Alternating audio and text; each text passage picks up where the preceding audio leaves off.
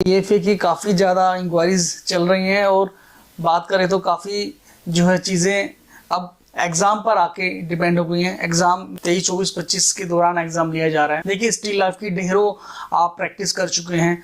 आप बात करेंगे मेनली जो स्टिल लाइफ के बाद जो सेकंड एग्जाम है, चाहे वो पेंटिंग का है, अप्लाइड का है, विजुअल का है, तो बात करेंगे कंपोजिशन की, मेमोरी ड्राइंग की, इलस्ट्रेशंस की, स्टोरी बोर्ड की।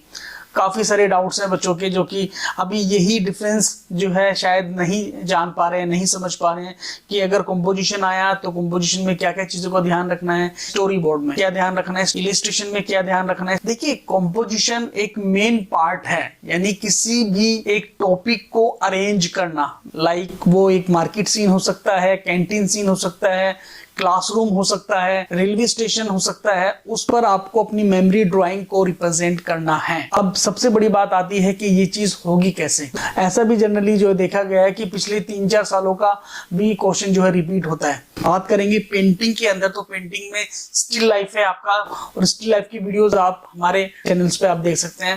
कंपोजिशन की जहां तक बात है तो कंपोजिशन में काफी मेहनत करना होगा। जैसे मैंने आपको बताया कि आपका मेमोरी ड्राइंग को आपको रिप्रेजेंट करना है, वो ध्यान रखना है। आप वो चीज बिल्कुल भी क्रिएट ना करें जो कि आपने गूगल से, आपने पिक्चर्स आपने देखी है, वो आपका एक आईक्यू लेवल चेक करना चाहते हैं जिसमें आप ड्राइंग कितनी परफेक्टली कर पा रहे हैं।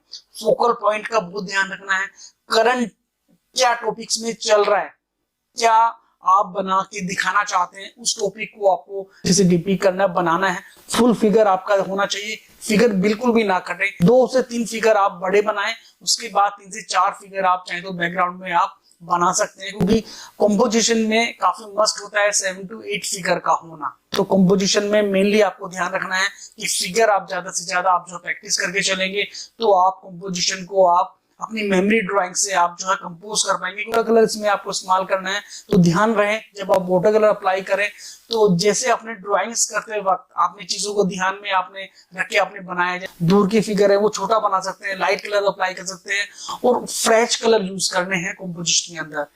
तो दोस्तों कंपोजिशन का तो मेन मेरे हिसाब से आज आपको समझ में आ गया होगा कि कंपोजिशन बनाते वक्त आपको किन किन चीजों का आपको ध्यान आपको रखना है। अप्लाइड आर्ट में इलस्ट्रेशन और आपका लोगो डिजाइनिंग में से कोई भी एक आपका एग्जाम आ सकता है। ध्यान रखना है इसके अंदर भी आपकी मेमोरी ड्राइंग ही है सारी की सारी। इलस्ट्रेशन और कंपोजिशन में माइनर सा थोड़ा सा फर्क है।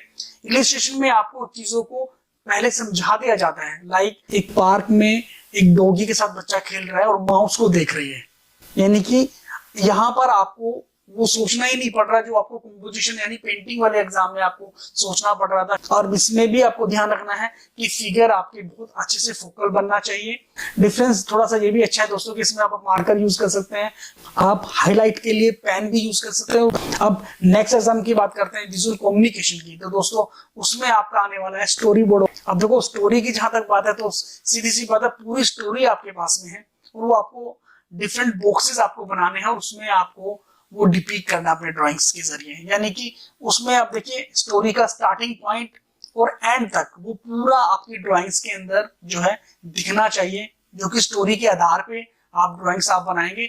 और वो भी आप समझ लीजिए इसी ही तरह है जैसे आप जब हम छोटे होते थे तो जब हम कॉमिक्स पढ़ते थे ना कि एक डॉगी जो है रूम से भाग रहा है, दूसरे रूम में जाके उसने जो है सामान बिखेर दिया, एक बच्चा उसको पकड़ रहा है, तो छोटे छोटे फिगर आप बना सकते हैं। उसमें जरूरी नहीं कि आपका फुल फिगर आपका बने। हाँ, एक्सप्रेशन काफी मायने रखते हैं जो स्टोरी बोर्ड में, और स्टोरी आपको रिपीट करते हुए आपको आगे चलना है।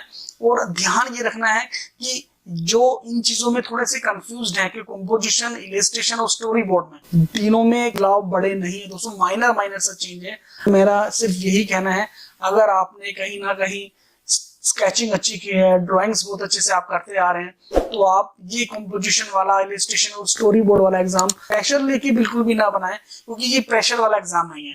एक रफ पेपर पे चाहो तो पहले आइडिया लेके आप अपना एक रफ स्केच भी बना सकते हैं, फिर अपनी शीट्स पे आप फाइनली इसको काम आप अटेम्प्ट करें। तो तीनों एग्जाम बहुत अच्छे से आप बना के आ सकते हैं, क्योंकि आर्ट्स में मेनली चीज आपका डेडिकेशन होता है, आपका पैशनेट होना होता है। मेहनत करते रहिए, मंजिल आसान है, क्योंकि हर किसी को नहीं मिलता ना नाम, पैसा और शोहरत। तो मोर वीडियोस के लिए कलाभूमि सब्सक्राइब करना ना भूलें। Thank you for watching Kalabhoomi arts.